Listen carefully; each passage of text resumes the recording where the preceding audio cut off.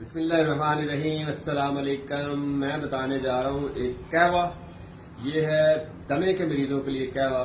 تو وہ اسے روزانہ ایک دفعہ ضرور آپ اسے پیئیں، اس سے دمے کی جو سانس کا مسئلہ ہے اس میں کافی ریلیف ہوتا ہے اور یہ کھانسی کو بھی کافی سکون پہنچاتا ہے۔ جن کو زیادہ کھانسی ہو تو کرنا ہے کیا، آپ نے 4 شاخیں لینی ہیں، 4 شاخیں سوما کلپا کی، اور اس میں ایک چھوٹی الائچی ڈالنی ہے اور تھوڑا سا اس میں گل بنفشہ ڈالنا ہے اور تھوڑا سا اس میں گل زوفا ڈالنا ہے۔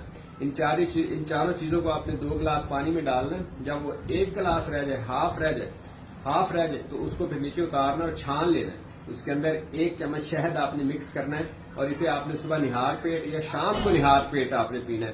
اس سے ہوگا کیا، اس سے جو سانس کا پھولنا اور دمے کے مریضوں کے لیے اور یا کھانسی جن کو بہت زیادہ ہو رہی ہے ان کے لیے یہ فوری افیکٹو بہت ہی زبردست قہوہ ہے۔